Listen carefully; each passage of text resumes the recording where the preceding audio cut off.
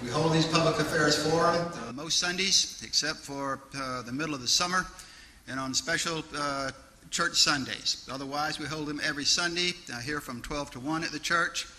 We're located in North Central Austin, 4700 Grover Avenue. As far as we know, since we began this forum in 1954, this is the longest continuously operating public forum in the state of Texas. That if you're interested in the announcement for the forum, as I indicated, you can either get a card from the pew in front of you and drop it in the plate, or you can also access our website at austinuu.org.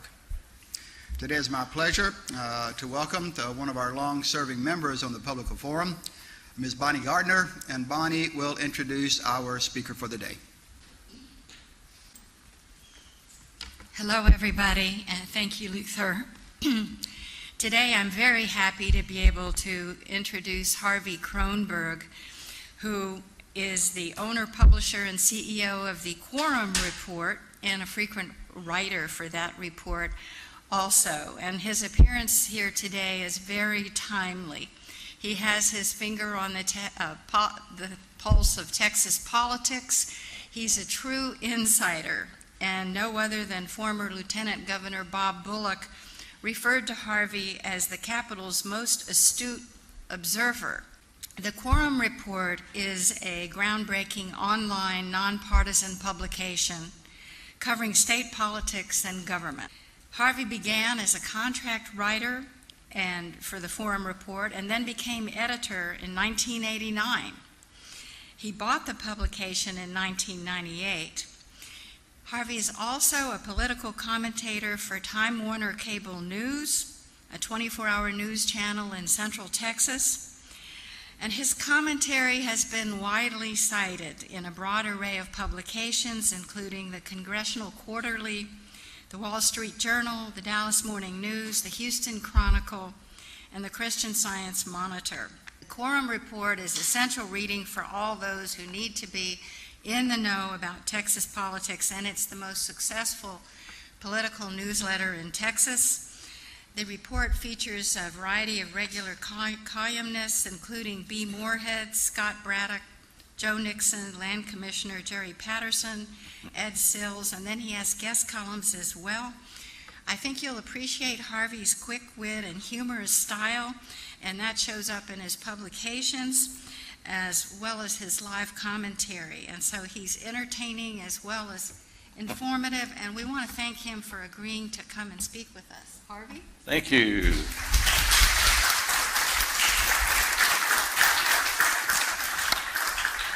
It's a warm room, so I'll do my best not to blow any more hot air, okay? The part of my introduction that was left out that I always like to joke about is back in 2005, we were pioneers on the internet, and we were the first ones delivering political information to the political professionals in Austin in real time. So in the 2005 Texas Monthly, they declared me one of the 10 most powerful in Texas politics. Okay, well, I showed it to my wife. There's good news and there's bad news. The good news is she says, okay, I guess it is a real job. The bad news is that she says, aren't those other 24 people rich? It is true, I am nonpartisan. Well, I'm agnostic. I've seen both one-party and two-party, one-party Texas when it was Democratic and one-party Texas when it was Republican. And I can tell you with complete certainty, both sides will tell you what you want to hear, depending on whatever the circumstance may be. But just to demonstrate, I'll go ahead and start right off with, I am agnostic, which means I'm going to try and offend both sides. It's a little hard right now, but you'll understand why in just a moment. Back in his heyday, Ronnie Earl, the former Travis County prosecutor, the bane of all Republicans, once upon a time the bane of all Democrats, indicted former Majority Leader Tom DeLay.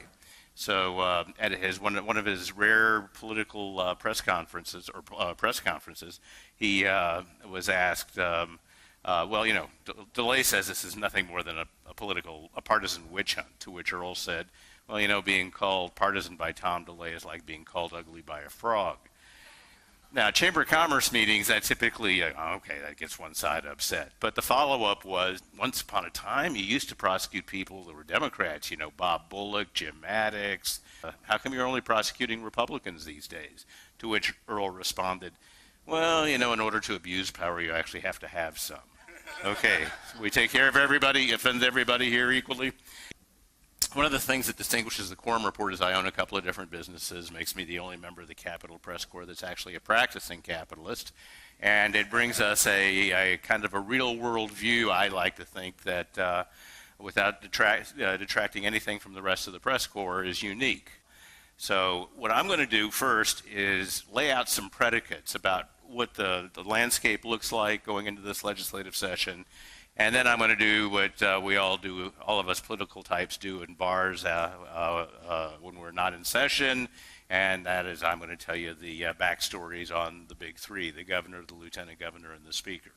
But first of all, we have obviously a new paradigm that we're living in right now with President Trump and essentially the hostile takeover of the Republican Party, National Republican Party, by somebody who is created a great deal of euphoria inside the Republican Party, but we're not certain how long that's going to last because there are so many issues that are conflicting with what Republicans traditionally believe.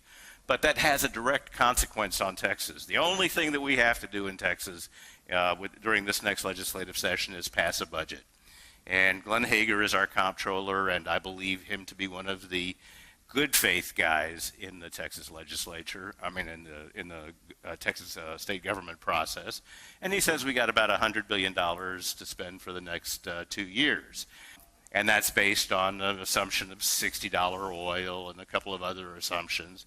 But just think about what's happening with President Trump. With oil, well, you're probably familiar with the dynamics that go with oil, but we could drop down to $40 a barrel like that if we overproduce here in the United States, or one of the Middle Eastern countries decides to break their limitations. Well, that's a huge revenue stream for the state of Texas. When you're trying to figure out how much money you've got to spend, you can only work on assumptions. But Trump has compounded the felony by picking a war with our biggest trading partner, our second biggest trading partner, Mexico. About a third of the Texas economy is intertwined with Mexico, one way or the other. You can argue it round or square, I really don't care. The bottom line is that, you know what the largest land port in the United States is? Laredo. You know how much commerce goes through the Port of Houston from Central and South America? Or the fact that they're building out Corpus Christi right now to turn it into a major maritime port because of the Eagle Ford Shale and the presumption that eventually oil and gas is going to come back. And one of the largest pipelines that we're building, whatever you may think of pipelines, is from the Permian Basin down into Mexico. That's just a tip of the iceberg. That is a substantial part of our economy, and the new president has gone out of his way to make sure that we've offended virtually every Mexican both in this country and outside this country, Mexican American. And of course, you know about the ICE roundups that took place over the course of the last couple of days. So I've now named two potential revenue stream shortfalls, and these are the things that fund education, hospitals, roads, all the things that whether you like government or not, we have to have. Then there's China. China, he's starting to walk back some foreign policy statements, so he backed off his opposition to one China policy the other day. But people say, how does China affect Texas? Well, you know, the second largest Apple campus in the United States is here in Austin, and that's just a metaphor for all of the high tech. If we get into a trade war of some type with China, the economic miracle that has been Austin, whether you like the growth or not, but the economic miracle that has been Austin and Central Texas potentially goes away. There was a story in the AP today about the Affordable Care Act. It's about $1.2 trillion in taxes, in additional taxes under Barack Obama, to fund the Affordable Care Act. You've seen on the news the demonstrations about people not wanting to repeal and replace. Well, the truth is they don't have a mechanism to replace the Affordable Care Act. And it is the biggest beneficiaries of the Affordable Care Act, other than the uninsured, the 20 million uninsured that are now insured, are hospitals. Hospitals have to take care of all the uncompensated care, people showing up in the emergency rooms are unable to pay for these extraordinarily expensive procedures. If that flow of money stops to hospitals, then particularly in rural Texas, those hospitals will dry up and blow away. We have in Houston an extraordinary medical center. MD Anderson right now is facing a financial crisis. MD Anderson is one of the great research hospitals and has been instrumental in saving the lives of many of my family members, not many, but several of my family members. And so you break up that flow of cash, all kinds of things can happen. So I just want to give you that as one predicate. We're going into a legislative session thinking that we've got about $100 billion to spend for the next 2 years, but we could see that cut by 15, 20%. Because the President of the United States treats our closest trading allies as if they were subcontractors. Now, that may change going forward, and there's some indication he's actually listening to some of his more rational advisors.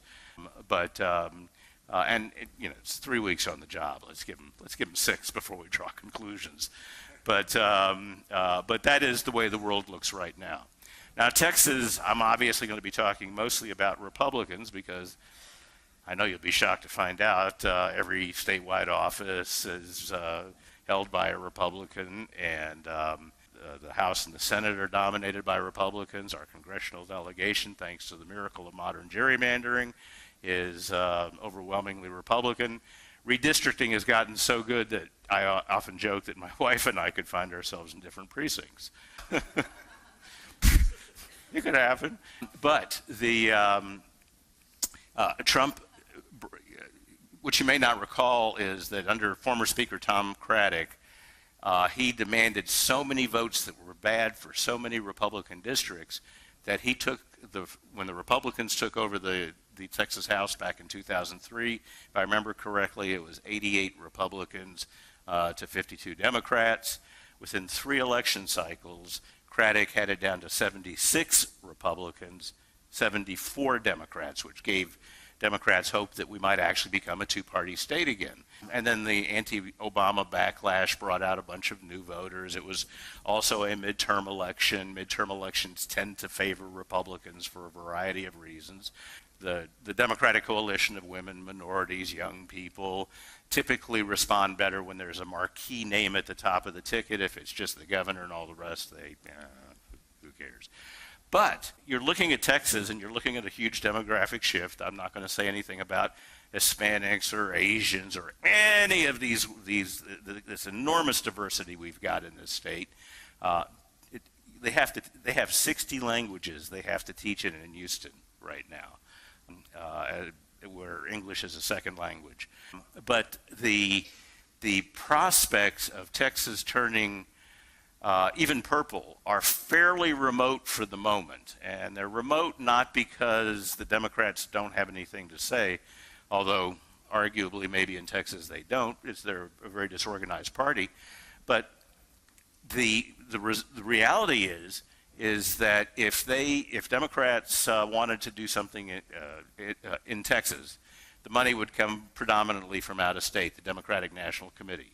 Well, if you're the Democratic National Committee and you're looking at, well, we have a shot at winning Wisconsin and Michigan and Georgia, those states have 2 media markets. They're fairly inexpensive states to run statewide campaigns in.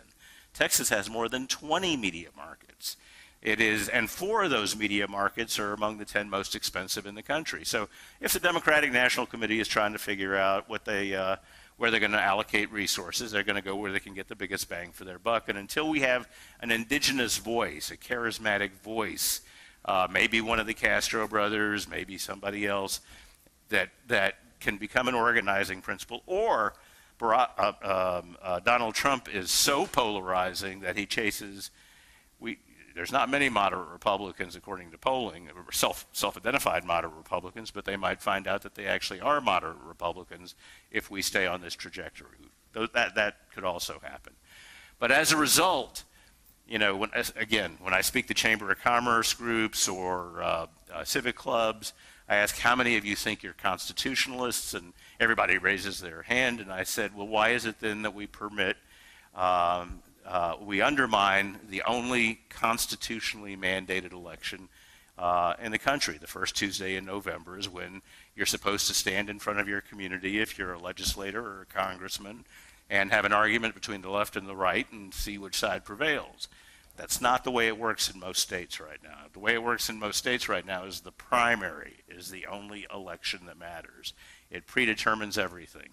And in Texas, even more so because it is so expensive to mount a statewide challenge that would bring independent and Democratic voters or disenfranchised or disillusioned Republican voters to the polls. So we have Republican primary, which is the first Tuesday in March, is the election for all practical purposes. When Dan Patrick won the Republican primary, there was no doubt whatsoever he was going to be lieutenant governor. So we're a state of 26 million. We're going heading towards 27 million, and in 2 or 3 more election cycles, we'll have 30 million people in the state of Texas. In a presidential election, we typically have about 8 million people vote. In a midterm election, we typically have about 5 million people vote. You know how many people vote in a typical Republican primary? 1.3 million. Let me put it this way. We're a state of 27 million where 700,000 voters own the microphone. 700,000 Republican primary voters own them.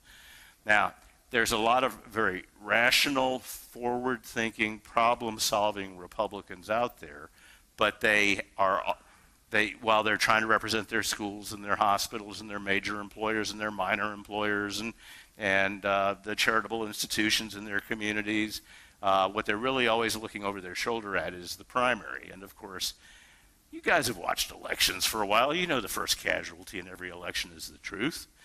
So the reality is that when you're looking at the Texas legislature, our congressional delegation, or even our statewide office holders, you're looking at people whose first concern is the Republican primary.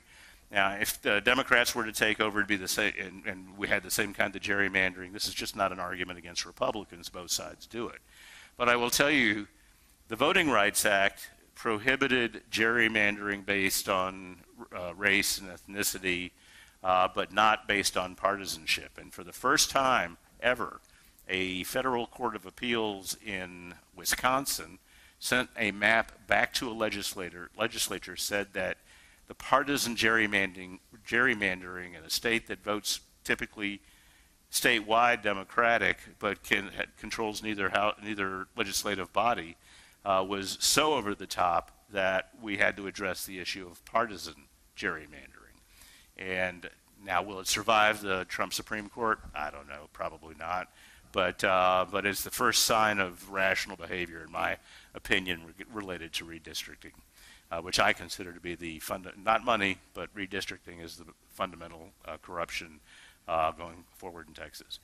I'm going to give you some breaking news, and then I'm going to talk about Abbott, Patrick, and Strauss.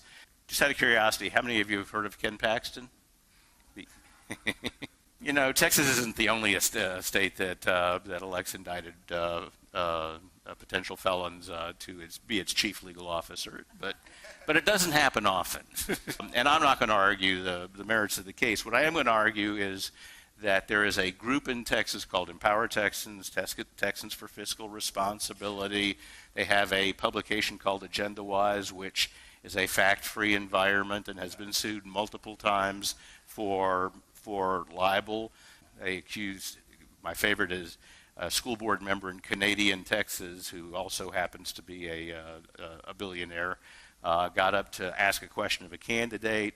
Candidate didn't like it. They said, let's take it outside and we'll have a conversation out there. And the way Agenda Wise wrote it up was that he had to be escorted from the hall by Perry's security guard, which was patently, blatantly false. This is sponsored by Midland Oil Money, in particular a guy named Tim Dunn. Tim Dunn is funding all of these efforts. Well, it turns out, you may have heard, Paxton's trial is going to be May 1st. That's his federal trial. He's still got state charges. But the special prosecutors in that case, because we changed the ethics, the ethics laws last time, it's going to be held, the the trial will be held in Collin County, not in Travis County like they used to be. So what did Tim Dunn do? He bought up a news organization, turned it into fake news. They started running radio ads in Collin County, trashing the special prosecutors, the indictments, and talking about how good Ken Paxton was. And that on its face would be at least grounds to consider a change of venue, because you've corrupted the jury. You're trying deliberately to corrupt the jury pool. What makes this interesting is that Tim Dunn guaranteed a loan to Ken Paxton during his primary for $1 million. Paxton was not the favorite going in. Guaranteed a loan for $1 million for Paxton. Paxton wins. The Ethics Commission is pursuing one of Tim Dunn's groups for acting as if they've got dark money. They conceal who their donors are. They're a 501c4. And they're acting like a political action committee, which is illegal. The Ethics Commission is going after several of his groups, but this case has gone the farthest along. They go to, the Ethics Commission wants to subpoena some documents. They're ready to go to court, and the Attorney General, Ken Paxton, says, we're not going to represent you in this court proceeding. Now, let's see, $1 million for a loan, and radio ads, and looks to me like it's a quid pro quo. Anyway, we broke that story last night that I don't know if the papers will pick it up or not, because it's pretty inside baseball, but it just shows you the level of this one group of what I would argue are fairly corrupt individuals that now dominate a good portion of state government. Okay, let's just talk about, you would think we've got a Republican state, or at least an all-Republican government. Can't we all just get along?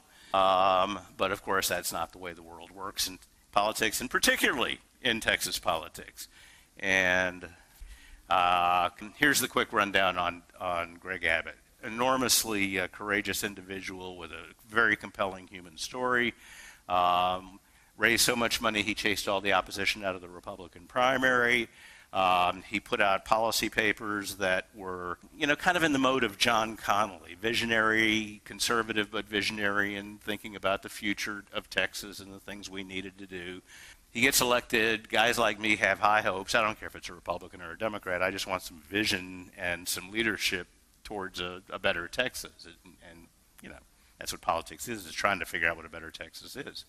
He immediately disappoints us, and the reason is because his office believes devoutly that Dan Patrick wants to challenge him for the governorship. And so everything they do is looking over their right shoulder to make sure they're not outflanked by Dan Patrick. And if you watch the inaugural, if you watch, anytime the two of them are on stage, Dan Patrick is a showman, and he upstages Greg Abbott. And so you see them together less and less often. Now, when you're talking about polling in Texas, there's typically, actually anywhere, there's 5 polling silos. Very conservative, center-right, center-left, and very left. And Greg Abbott is above water in at least 3 and sometimes 4 of those silos. When I say above water, above 50%. In the Republican side, on the conservative side, he's about 65% above water. And you would think that would give him enormous latitude and political capital to be able to push his agenda. The problem is, remember, the Republican primary is the only election that matters, and so the only polling silo that really matters is the hardcore conservative silo. Dan Patrick, the last poll I saw was from the Texas Tribune, and it was about 85% approval for Patrick, which was the only silo he surpassed Greg Abbott in. So Abbott is looking constantly over his shoulder and has less freedom of political movement than any of us ever thought would be the case. Now, he is not without question marks. The most significant thing he would want you to think that he did last session was he spent a lot of political capital passing pre-K. Pre-K there's an enormous body of literature out there that says if you properly fund it and you do some things that you should do, it is the best predictor of educational advancement, particularly in underserved communities. You get a big bang for your buck out of pre-K. But in pre-K, the hard right, the Tea Party, there's these little pockets around, they're not little, these pockets around the state, called it socialism and brainwashing, and the stealing from another complaint they had about education, but the spawn of the devil. It gave the Republican House members a lot of heartburn because, remember, the primary is the election that matters. Abbott calls them down to the caucus, the Republican caucus. He had enough Democratic votes and probably enough Republican votes to pass it, but he needed to have a majority of Republican votes. Otherwise, he's just passed a Democratic bill, which creates an opening for Patrick. So he needs a majority of the Republicans to stick with him. And he makes a promise. He says, if you stick with me on this gut check vote, I will be there for you in your primary, especially if you need me. Well, they kept their word. He didn't keep his. There were a couple of cases where he did endorsements and some fundraisers, but most of the time it was deafening silence out of the governor's political operation, helping other Republicans that were facing challenges. And there's few things that people remember longer in politics than a promise and loyalty given up and not returned back down. And so he goes into this legislative session. You know, his biggest priority this session is getting Texas to endorse a convention of the states to fix all the things that the founding fathers got wrong. If at his State of the State speech he said, we either fund it properly or we might as well not fund it at all. And these guys had all, in their mind, taken huge political risk to support it in the first place. They walked out angry, and it's going to be very difficult for Abbott, who is personally popular, to get a gut check vote out of the House of Representatives, where he should be most ideologically aligned. The other thing he did that you never heard of, but is really consequential, the governor in the state of Texas has the power to line item veto. But when you line item veto, you're line item vetoing an entire appropriation. Well, when Abbott was first running, he wanted the legislature to send him the budget so he could rewrite it. Well, the legislature is never going to give that power up, obviously, but he has a line item veto. He used it a way nobody had ever used it before. He scratched out individual words and spending instructions, which changed the meaning and the direction of how the expenditure, if it was going to take place, how it would take place. You haven't heard anything about this, but it was probably the most significant, and for a guy who's complained about the expansive federal government as much as he has, it was a huge expansion of his power, potentially. Now, you know, they could have gone to court on it. The Legislative Budget Board, who are the accountants for the legislature, said this is not embraced in the Constitution. But Dan Patrick thinks whether he replaces Abbott in a primary or for whatever reason Abbott is unable to finish a term, he's the next governor, and for all practical purposes, that reality is probably true. He will be the next governor, whether it's a contested election or an inherited seat. And so it was the Senate's turn to put out a budget. They put out a budget. It's the first time I have ever seen, I've been doing this for a mere 30 years, first time I ever saw the House, who does not have an appropriations chairman, or did not at that time, put its own budget out 2 hours later. They've got a rapid response team. And my gut feeling, I can't prove it yet because it's too early in the process, my gut feeling is we're going to have expansive language in the Senate version of the budget that gives the governor lots of room to scratch things out, and we're going to have tighter language in the House version, which reduces the governor's ability to change the intent of an appropriation. Okay, so what you've got over here is Greg Abbott, who should have enormous popular support. His, whether true or not, his people are terrified that Patrick is just waiting for him to have a problem, become vulnerable. Patrick is clearly the most interesting guy in the Texas legislature. Former talk show radio host.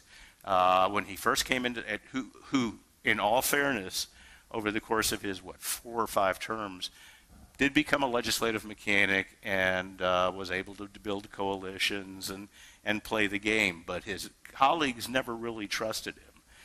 The budget is the one thing we really have to pass, and it's a very delicate bill. Everybody gets a little something, nobody gets everything, and you have to cobble it together in order to get your votes. And tradition says, with a few outlying votes, the Senate votes for it unanimously once it gets to the floor.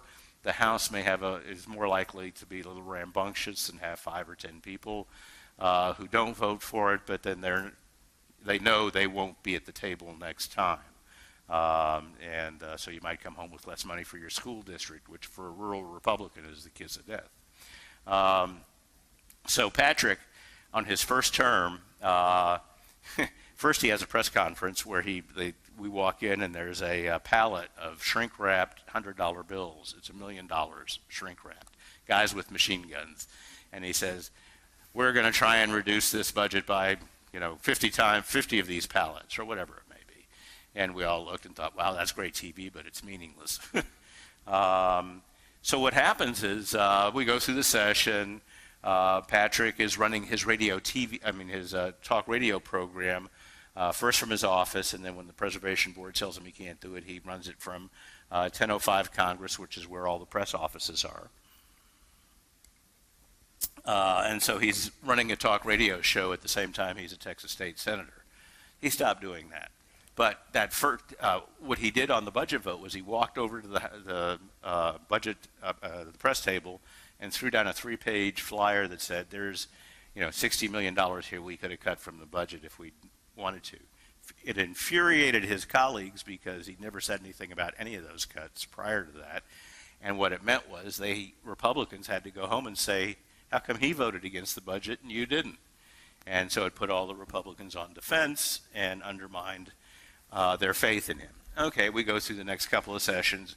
I think he becomes a better and better legislator, but he's always got that sense of showmanship about him. The last session before he becomes lieutenant governor, guess what? He does the same thing. Not with the list, but he's in leadership. He's chairman of public education. He's on the finance committee, and he is part of the leadership team, but he sees an opening. He votes at the last minute against the bill, says, well, in conference, $80 million on border security got stripped out. There was no real intent for that $80 million, but it got stripped out, and that's why I'm voting in a $100 billion budget. That's why I'm voting against the budget. Same deal. Folks had to go back home and explain to their people back home why he had voted against it and they voted with him. He is now, as lieutenant governor, has become fairly effective in holding the Senate together. We shall see, though, because as you may know, the now infamous bathroom bill, which is usually what I get most of my questions about, has, I think, 5 Republicans. They need 19 to bring the bill to the floor, and by our count today, 5 are not on the bill. One has a new convention center that just got built in his district. One represents the medical center in Houston. It is a very white-collar professional Republican, culturally open constituency that has supported other anti-discrimination statutes in Houston, et cetera, et cetera. It goes on like that. So he has threatened to hold a session and the budget hostage if he doesn't get that bill. And he's threatened to lobby that if you get in the way of this and vouchers, I will kill your legislative package. Okay, so there's so much more I could say about him, but we're running out. I want to give you time for questions.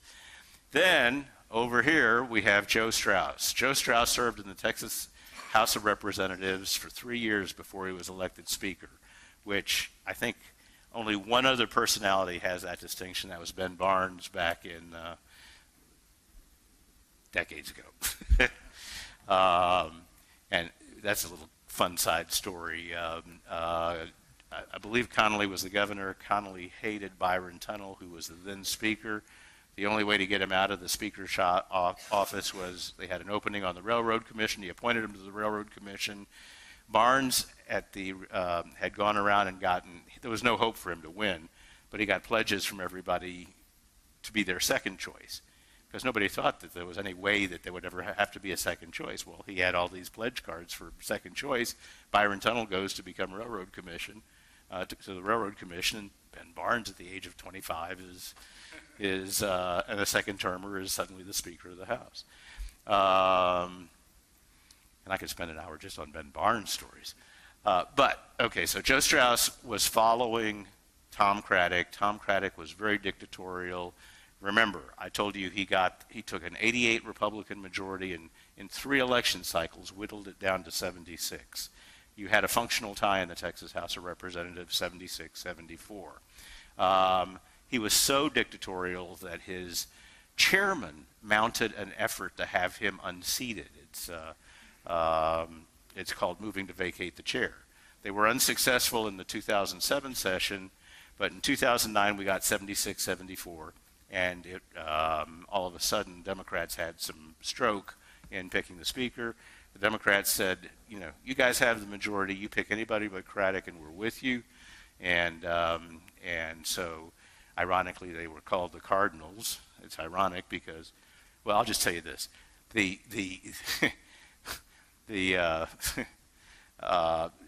In one of Craddock's cycles, we were taking up the appropriations bill. It happened to be Passover. There's a grand total at that time, I think, of 5 Jews in the Texas House. But typically, we would recess or adjourn for anybody's religious holiday and then come back. Craddock refused to adjourn, so you had the choice of either missing critical votes or going to do your Passover Seder. I am the fastest distribution system, especially back then in 2009. I am the fastest distribution system to get information into the political community. Everybody knew the Cardinals were meeting to make their choice.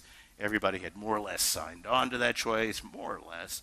And I get a call from one of the people in the room, which I've been waiting for, and he says, "Okay, Kronberg, I'm not going to tell you who we picked." And I said, "Really?" And he said, "Yeah, but you're not going to miss Passover Seder again."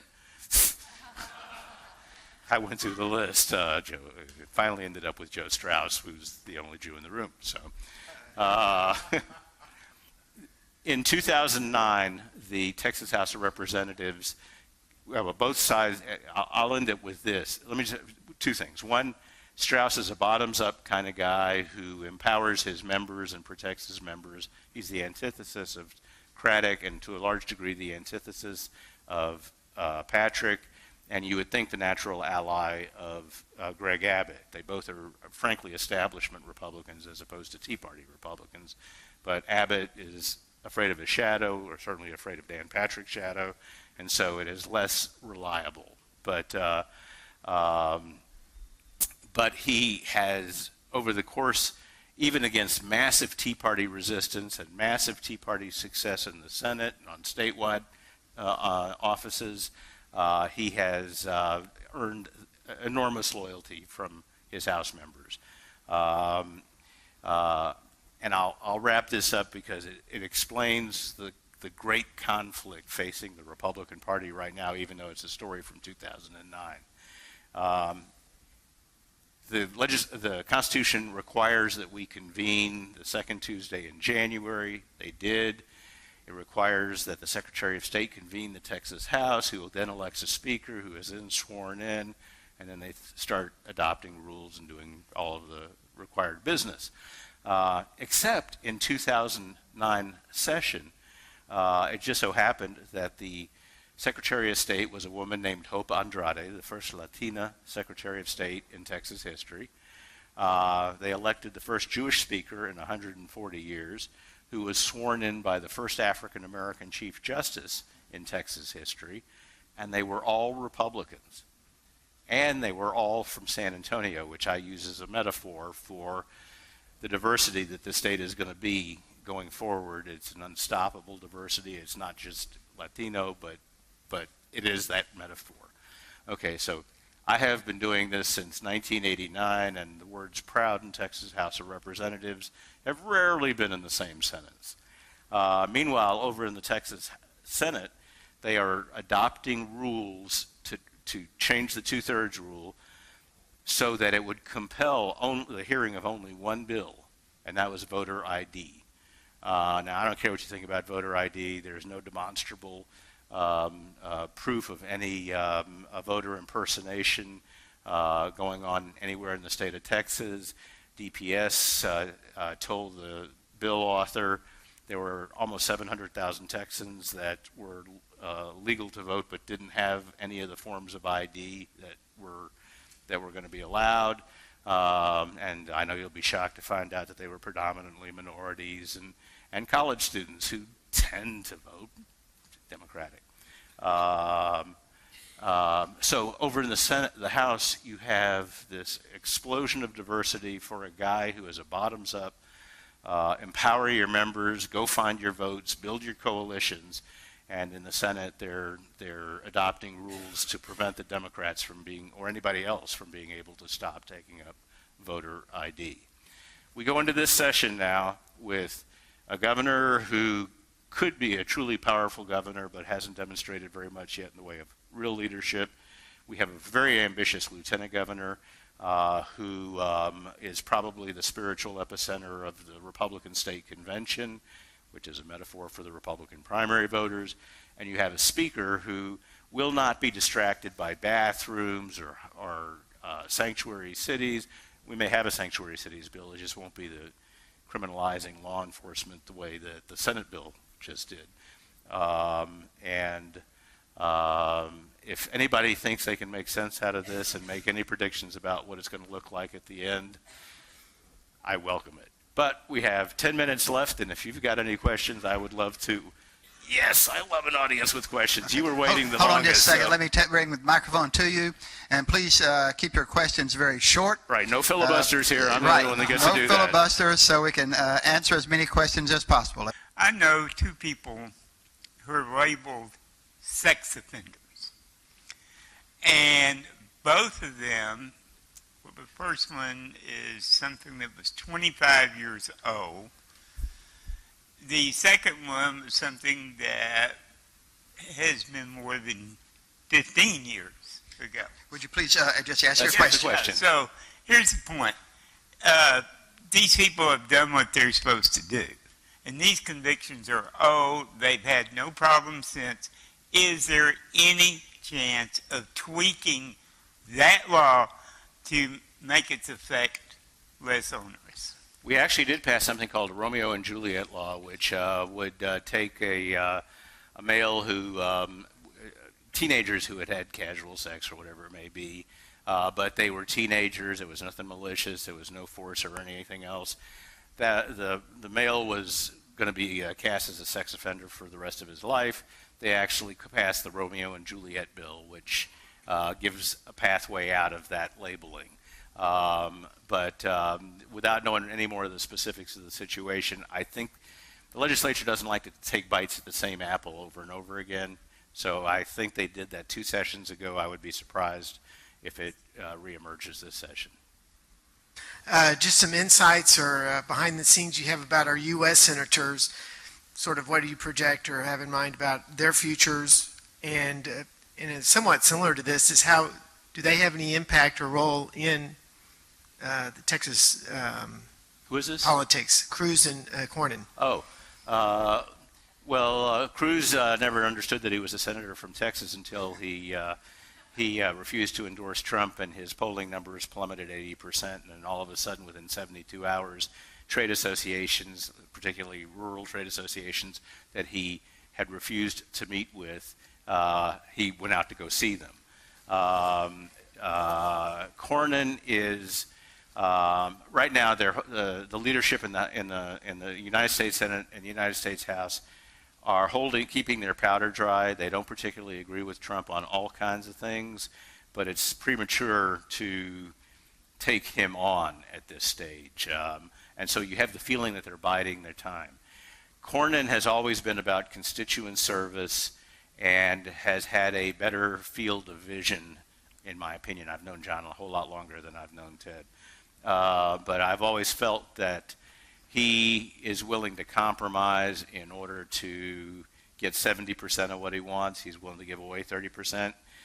Cruz, up until maybe a few months ago, was 100% or nothing and spoke only an apocalyptic vision.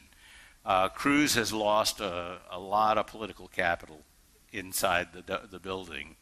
And don't forget that Dan Patrick was Trump's campaign chairman in Texas. So at the moment, in terms of Washington influence down to Texas, I would say that Patrick has more stroke in that regard than anybody else in the building. At least until Patrick does something that's so, Trump, that even Republicans can't swallow. So This is a question at a federal level. I don't know if you feel comfortable answering this, but what is your understanding of the procedures necessary for impeachment of a president? Well, of course, the House has to vote to indict, and then the Senate has to vote to convict. More in the conversation right now, and it was obviously it's been a very tumultuous 3 weeks, and it's premature to draw conclusions. He's less than 10% staffed up. He's beginning to listen to advisors that actually know more than him, so we'll see. But the 25th Amendment is the one that people refer to because his behavior is so impulsive and erratic, and that there is a mechanism where congressional leadership doesn't have to impeach. They simply have to say he is no longer capable of serving, and they can more surgically remove him from office without having to go through the whole process. It was intended for like when Woodrow Wilson had a stroke or something like that, but today in the Hill, which is a Washington-based publication, who was it they asked? Oh, well, that source of all Republican wisdom, Al Franken. But they asked him, do any of your Republican colleagues think that he may be mentally not all there? And he said, yeah, several have told me that. And I've had psychiatrists, admittedly Democratic psychiatrists, tell me there's symptoms of early onset dementia. I don't know. But the 25th Amendment is more likely to be the vehicle than the constitutional impeachment if they were to remove him from office. As we look forward to, now looking forward to the 2018 election, what advice would you have for Democrats in Texas? It is the economy, stupid. And Texas is on the front line of virtually every economic assault that Trump has proposed. If we go into, in 1987, Ronald Reagan decided he was going to bankrupt the Soviet Union, so what he did was he got the Saudis to flood the world with oil, and went from $43 to $8 a barrel in less than a year, and it collapsed and imploded the Texas economy. Now, people didn't know that the Saudis had been encouraged by Reagan, and so it didn't change anything per se. But we're kind of in that same venue. So people, first of all, Democrats are stuck in identity politics. They have to have a broader economic message. Second, silly things like, not silly things at all, simple things. Calling your member, showing up at their events, inviting them to come speak to you here and face questions, let them know the level of discontent. But the flip side of that is, unless we see some real demographic or polling shift, you're going to not like this if you're a Democrat, but I'm going to tell you, vote in the Republican primary. Because it's the only way you can moderate the party until the Democrats get their voice and get their feet underneath them. For 20 years as a journalist, I never voted in a primary because they always want to typecast you. Ann Richards thought I was a hard-right Republican. Rick Perry thought I was a hard-left Democrat. And as far as I can tell, nothing really has changed. The reason that I did start to vote, it was the year that it was Kay Bailey Hutchison versus Rick Perry, and I know I called them the Perrynoids. The Paranoids would look at the list and say, "Oh yeah, he's voting for Hutchison." It wasn't Hutchison. I didn't care about the governor per se. It was a guy named Ken Mercer running for the State Board of Education, who, in my opinion, was aggressively ignorant, and I could not bear witness to somebody that wanted to compel creationism being taught in the class, or any other, bad educational choices the State Board of Education is capable of doing. So I am now a Republican primary voter, but I've never voted straight ticket in my entire life, and have no intention to do that because I think there are good people on both sides. Thank you. My name is Martha Schumacher, and my question is about this gay lesbian bill thing, bathroom thing. It wasn't a problem 100 years ago. It wasn't even a problem 10 years ago. What is going on? Why this? It's crazy. You want to know why it's going on?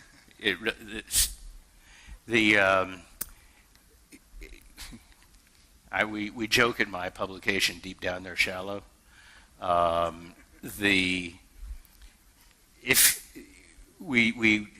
This whole transgender thing in bathrooms kind of was bubbling up. We're at the state Republican convention, and President Obama, with a political tenure, puts a letter out mandating that schools had to allow you to go to the bathroom of your choice.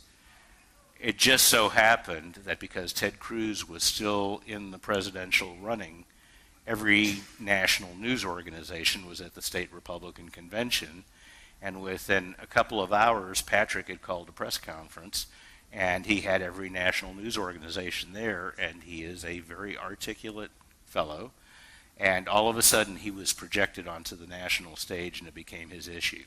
Now, originally it was going to be all facilities, then it was going to be public facilities. Then we realized that it's not the Astrodome anymore, but the Jerry Jones new stadium is funded with public indebtedness, so it's a public building. And you have circumstances now, Texans will put up with a lot, but don't be screwing with football. And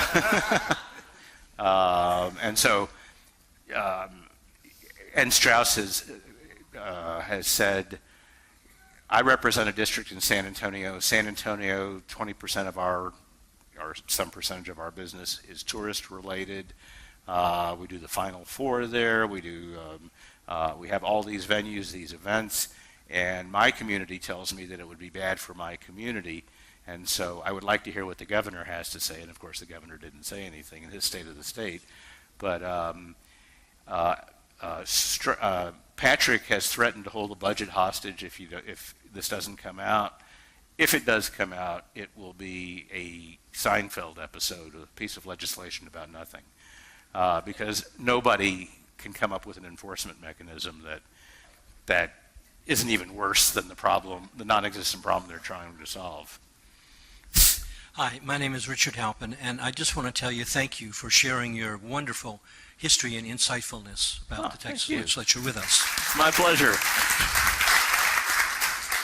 So help me understand something here. We're spending hundreds of millions of dollars to protect the border, and it appears that we have overload of people in law enforcement down there who aren't really protecting the border.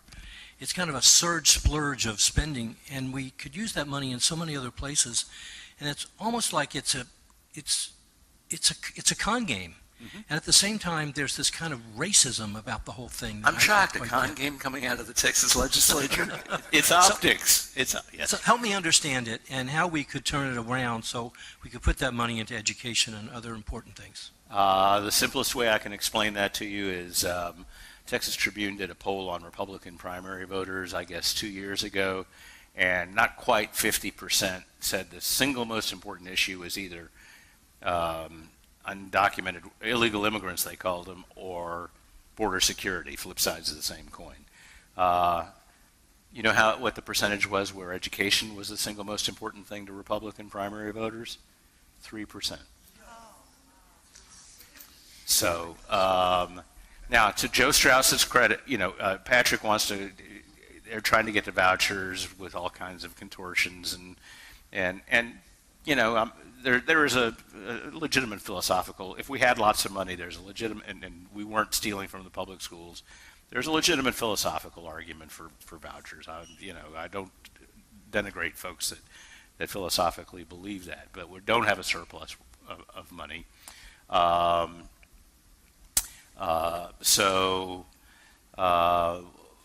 My hat is off to Joe Strauss for having said he's got 3 priorities in this session, and one of those is to try and come up with a more rational school finance package.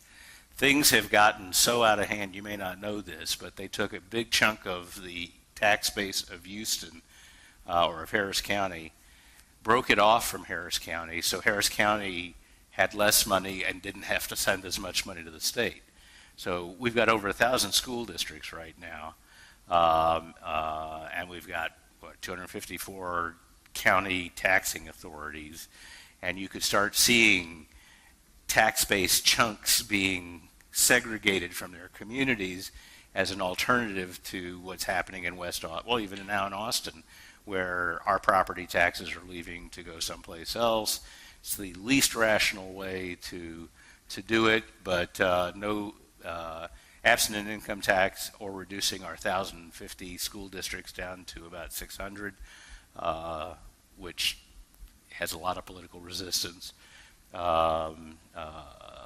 We'll see what Strauss and his team come up with.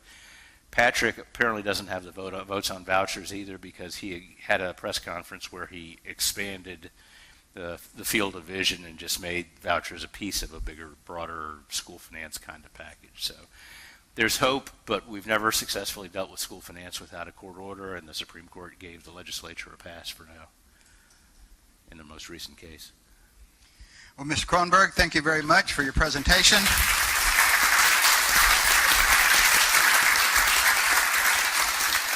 I used to like football, but there's just not enough contact in it.